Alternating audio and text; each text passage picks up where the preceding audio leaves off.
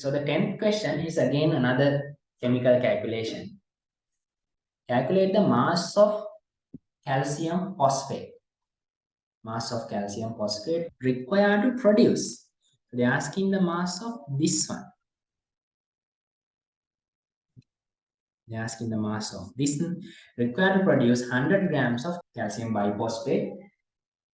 Okay, so then 100 grams are relevant for what?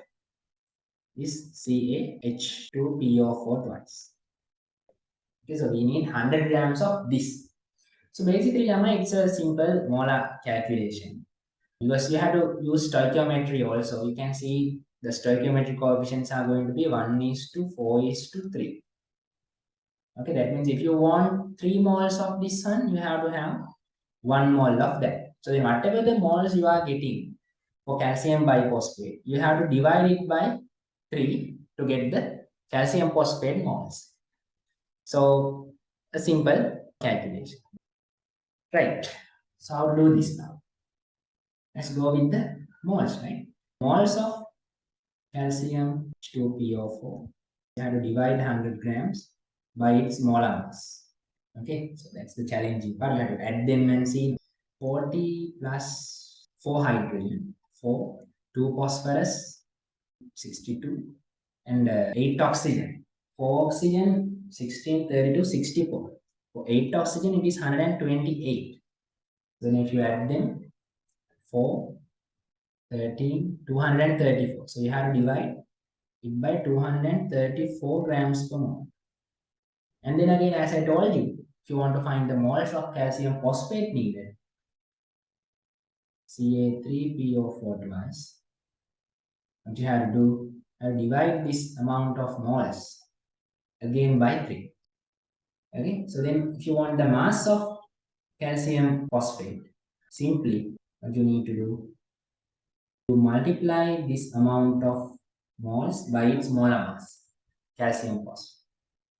So then for the calcium phosphate, it is 3 calcium means 120, 2 phosphorus 62, 8 oxygen 128. So 10, 1, 1, 310. Okay, 310. So then if you simplify this one, you will get the answer. Now we can do a little trick. So then you check the answers. So here if you check the answers, kind of large gaps are there in each answer. That means it is a safe question to round off and do. If you slightly rounded off these numbers, then you will get a closer answer to the actual one. So like that, now it is safe to round off. You have to check that one first. Okay, now they have given like very close answers, then no point of rounding off. No, you have to simplify this one. Yeah, we'll see. I will put the numbers like this: 100, 300, 250, and 3. Now I decrease this value and increase this value. Then our real answer will be larger than this value. Okay, real answer is going to be larger. Have to think like that also, right?